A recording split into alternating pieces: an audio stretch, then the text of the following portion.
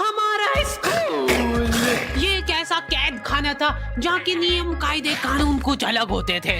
इस जेल के कैदी डेली अपने घर से बस्ता टांग के यहाँ पे आते हैं दिहाड़ी करने। कई माँ बाप उनके बच्चों को खुद इस जेल में फेंक के जाते हैं ताकि उनका बच्चा जिंदगी में एक सक्सेसफुल दिहाड़ बन सके।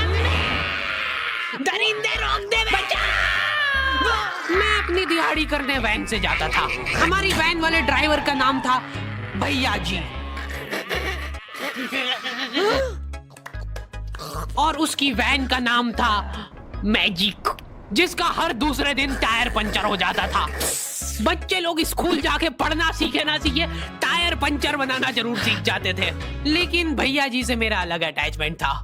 उनसे मेरे को दिल से नफरत थी। ये आदमी सुबह 5 बजे आके मेरे घर के सामने हॉर्न बजाता था। अरे भैयू, ओए भैयू, जल्दी से तैयार हो जा बेटा, 5 मिनट में निकलना है फटाफट। 9 बजे का स्कूल है यार हमारा। लेकिन ये आदमी सुबह सबसे पहले आके मेरे को लेता था। उसके बाद हम 3-4 घंटे पूरे शहर भ्रमण पे निकलते थे। शहर के पूरे आखिरी कोने से बच्चे ले लेके आता था ये आदमी। जहाँ पे वैन जा भी नहीं सकती उधर कूदा कूदा के ले जाता था ये, और फिर टायर पंचर हो जाते थे। शाम पड़े वापस से हमको घर घर छोड़ के आता था ये। जिंदगी बर्बाद कर दी थी भैया जी ने मेरी। सबसे पहले लेते थे और सबसे आखिर में छोड़ते थे। लेकिन मैं फिर भी उसी वैन में जाता था क्योंकि चमेली भी हमारी वैन में आती थी।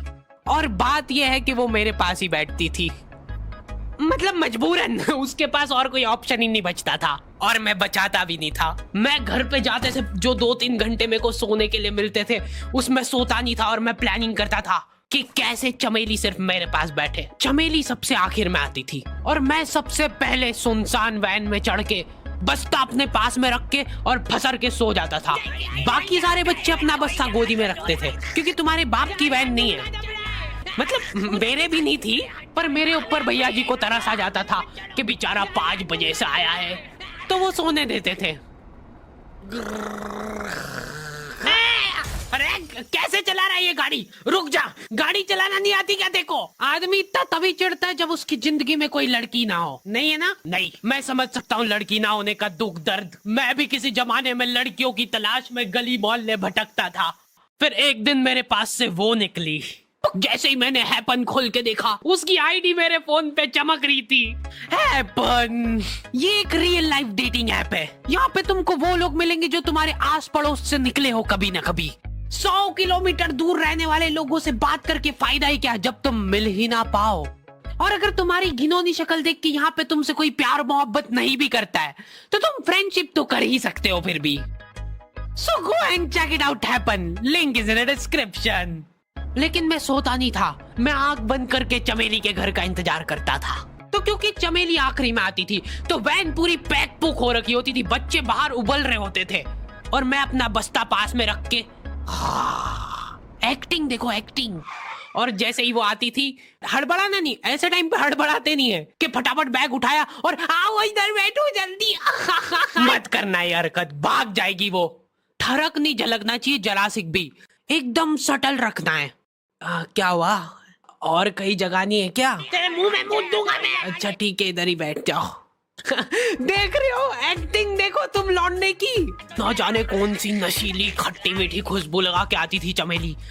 आज तक उसकी खुशबू है मेरी नाक में।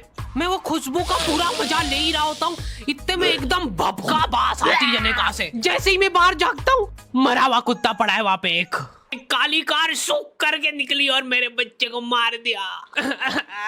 कैसे करके निकली? शूक। ऐसे नहीं निकली थी, मैं यहीं पे खड़ा था, वो कार आई थी और जैसे ही वो बच्चा नीचे आया तब वो खड़ा, वो बच्चा चिल्लाया और फिर कार करके भाग गई। उधर कुछ बच्चे ऑटो रिक्शा से भी आते थे स्कूल। ऐसा लगता था कि पूरे स्कूल के बच्चे इस एक ऑटो रिक्शा में ठूस ठूस के ले जाता है वो। ये ऑटो वाले और भैया जी दोस्त थे और अब ये बीच सड़क पे रेसिंग लगवा रहे। इनकी गाड़ियां उबला रही है बच्चों से, फिर भी नहीं मान रहे ये लोग। नहीं जीतूंगा। स्कूल जाके वो पीछे मुलट के देख रहा है तो एक बच्चा नहीं बचा उसके ऑटो रिक्शा में। हमारे भैया जी बेचारे पीछे से उनके गिरे हुए बच्चों को उठा उठा के ला रहे थे। ये सब हरकतें करके हम लोग जैसे तैसे कैद खाना पहुंच जाते हैं। सुबह 5 बजे से निकलने के बावजूद हम लोग लेट पहुंच रहे हैं वहाँ पे पहुंच के हमने देखा कि 4 लौंडे मरे हुए पड़े हैं जिनको डॉन ने मारा है। डॉन हमारे स्कूल की इंचार्ज थी।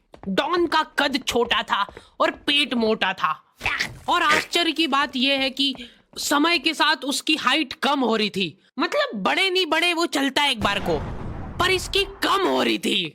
डॉन बहुत स्ट्रगल करके कार से स्कूल आती थी खड़े होके, क्योंकि बैठ जाए तो उसको सामने की सड़क नहीं दिखती थी। वो अलग बात है, खड़े होके भी पूरा नहीं दिखता था। हर रोज 2-4 कुत्ते कुचलते हुए आती थी वो। फिर मेरे को समझ आया कि रास्ते में जो कुत्ते दिखे थे वो डॉन इस कैद खाने में छत पे बैठी रहती थी स्नाइपर लेके। कोई भी कैदी कुछ गलत गतिविधि करता हुआ दिखता था तो वहीं पे, मैडम इनकी लाश का क्या करना है? अरे ये तो आपको पता ही है। कहाँ रह गए थे यार झमू दीदी? फटाफट ये खून वून साफ करो। झमू दीदी बुलेट से स्कूल आते थे और ये अफवाह फैली हुई थी पूरे स्कूल में कि उनके घर पे मर्सिडीज भी है। लेकिन झमू दीदी हम्बल रहना पसंद करते हैं। ऐसा कहा जाता था कि ये स्कूल ऑन पेपर झमू दीदी के नाम पे ही है, पर वो हम्बल रहने के लिए यहाँ पे झाड़ू पोछा लगाती है। वैसे मैडम इन्होंने करा क्या था? गैर कानूनी पेन फाइट का सट्टा खेलते थे ये लोग क्लास में। उससे मेरे को प्रॉब्लम नहीं है, मेरे को क्यों नहीं? हाँ, हमारी क्लास में पेन फाइट का सट्टा चलता था। हमारे इधर जो लौंडा पेन फाइट में जीतता था सामने वाले का पेन उसका हो जाता था। कुछ बच्चे अपना सब कुछ दांव पे लगा देते थे और कर्जे में डूब जाते थे। फिर भी वो लोग हार नहीं मानते थे और अपने दोस्त से पेन उधार लेके खेलते थे और वापस हार जाते थे। तो अब क्लास में कुछ बच्चों के पास पोटला भर के पेन पड़ा है और कुछ बच्चों के पास पेन ही नहीं है। पेन इस कैद खाने की करेंसी थी। जिसके पास जितने महंगे पेन वो उतना रईस। यहाँ पे ब्लैक में पेन इधर उधर होते थे। नॉर्मल लोगों के पास होते थे 5 रुपए वाले जीफी जेल, जो कि तुम एक पन्ने पे लिखोगे तो पीछे 10 पन्ने तक छप जाएगा। और उनसे भी गए बीते लोग होते थे जो 3 रुपए वाला यूज एंड थ्रो लेके आते थे और उससे भी उनकी अच्छी राइटिंग आ जाती थी। बहुत चिढ़ मचती थी यार मैं कौन से। और कुछ चुनिंदा रईस लोग होते थे जिनके पास होता था ट्राईमैक्स। हर बच्चे का सपना होता था कि उसके पास एक ट्राईमैक्स हो, साथ में आसपास 2-4 लड़कियां हो। मेरे को प्लीज मेरे को यहाँ पे ऑटोग्राफ दे दो। ये लो ट्राईमैक्स किंग के। ये ट्राईमैक्स क्या बात कर रही है? सही में एकदम रईस लोग ही अफोर्ड कर पाते थे ट्राईमैक्स। वो बाबड़े भी एक एक अक्षर लिख के रिफिल खोल के देखते थे। खाली हो रही है तो एक बार एक रईस बच्चे का ट्राईमैक्स चोरी हो गया। पूरे स्कूल में हाहू मच गई थी। वो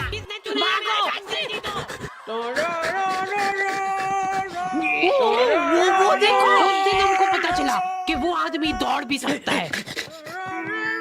हमारे स्कूल में कुछ भी कांड हो रहा है ये आदमी सबसे पहले दौड़ के आएगा। पूरा बैग खोल चोर, और बच्चों के बैग चेक करेगा। स्कूल वालों को भी इसकी सैलरी देते वक्त सबसे ज्यादा आग करती है। सैलरी किस चीज की? इस आदमी की शक्ल देख के ऐसा लगता था कि ये स्पोर्ट्स की आड़ में वैन वालों के साथ मिलके बच्चों की स्मगलिंग करता है। इस महान आदमी का नाम था भूषण। इसने अपनी जांग पे टैटू करा रखा था, भू अलग जांग पे, सड़ अलग जांग पे। सर कल से खो खो खेलने के लिए कितनी बजे आना है? वो तो बैग चेक करा पहले तू। इन्होंने पूरे कैद खाने के कैदियों को लाइन से खड़ा कर दिया है। पेन हमारी क्लास के बच्चे का गुमा है और पूरे स्कूल में ढूंढ रहे हैं लोग। आखिरी में पता चलता है कि वो बच्चा घर पे भूल के आ गया था उसका पेन। सॉरी बेटा, एक फेड में मुंह देगा।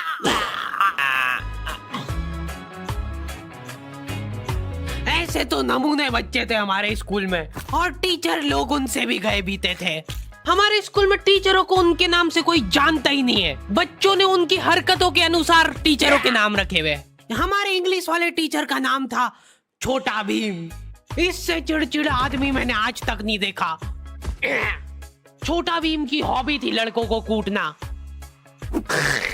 उस बेचारे की हाइट छोटी थी तो बच्चे के मुंह तक उसका हाथ ही नहीं पहुंचता था। बेचारा उचक उचक के मारता था, फिर भी कमर तक ही हाथ पहुंच पाता था उसका। एक पॉइंट पे मेरे को ऐसा लगने लग गया था कि उसको सैलरी लड़कों को कूटने की मिल रही है। कभी किसी बच्चे को बहुत ज्यादा मार दिया, घायल हो गया वो बेचारा, ये लो आपका एक्स्ट्रा बोनस। होमवर्क तुम्हारा बाप करेगा क्या? सर मेरे पापा मर गए थे। तू भी मर जा। ये लो। अरे वाह, नहीं चल रही, सांस तो नहीं चल रही है। हाँ, कंफर्म कंफर्म मर चुका है ये। ओ, ये लो, आपका प्रमोशन हो गया है। लड़कियों से उसका अलग अटैचमेंट था। कौन सा परफ्यूम लगा के आई हो? सर थोड़ा थोड़ा दूर रहो। अरे मैं कुछ कर थोड़ी ना। भोली सी सूरत और आंखों में ठरक लेके स्कूल आ जाता था ये daily. So this means that he will jump over it and then he started ये आदमी इंग्लिश को इंग्लिश में ही ट्रांसलेट करके चल जाता था हमारी नंगी आंखों के सामने। इधर वॉशरूम में मौत का नंगा नाच मचा रखा था लॉन्डो ने। 4 लॉन्डे दिन दिन भर वॉशरूम में जाके खड़े हैं, कुछ भी नहीं कर रहे वो लोग वहां जाके। उनको बस मन की शांति मिलती है वहां जाके। अगले दिन उन चारों ने प्लानिंग करी, कुछ तो प्रोडक्टिव करते यार वहां जाके। अगले दिन वो सब पानी की बोतल लेके गए। अब वो पानी पी पी के हाथों हाथ मूत रहे हैं। और ये टीचर लोगों को प्रॉब्लम क्या है, बच्चे अगर वॉशरूम जा रहे हैं तो एक गया है तो अभी दूसरा नहीं जा सकता है। क्यों? तुम्हारे घर की लेटरिन थोड़ी ना है वो कि एक टाइम पे एक जना यूज कर सकता है। मान लो वो 2 जने अगर वॉशरूम में मिल गए तो वो क्या कर लेंगे ज्यादा से ज्यादा? भाई यहाँ का बल्ब निकाल लेते हैं ना। हाँ निकाल लो, फीस भरी है अपन ने। लॉन्डो को ऐसा लग रहा है कि इन्होंने फीस भर के पूरा स्कूल खरीद लिया है। 10 लॉन्डे कॉरिडोर में छाती चौड़ी करके चल रहे हैं प्रिंसिपल के सामने। प्रिंसिपल को इग्नोर कर रहे हैं ये लोग। इनको ऐसा लग रहा है कि इन्होंने फीस भर दी है तो प्रिंसिपल इनके पैर पड़ेगी। उनमें से आधों ने फीस भरी भी नहीं है। हमारा स्कूल बिल्कुल सेफ नहीं था। हमारे वॉशरूम में चोरियां हो जाती थी यार। बल्ब चोरी करने के बाद सब लोग अंधेरे में मूत रहे एक दूसरे के जूते पे। उधर उधर कर। उसके बाद पूरे वॉशरूम में कुछ दिख नहीं रहा है चोरी करने का। तो ये लोग हाँ नल उखाड़ के ले गए। नल कौन ले जाता है? कभी वो मछली वाले साबुन चोरी हो जाते थे, कभी ये फिनाइल की सफेद गोली को माउथ फ्रेशनर समझ के खा जाते थे। भाई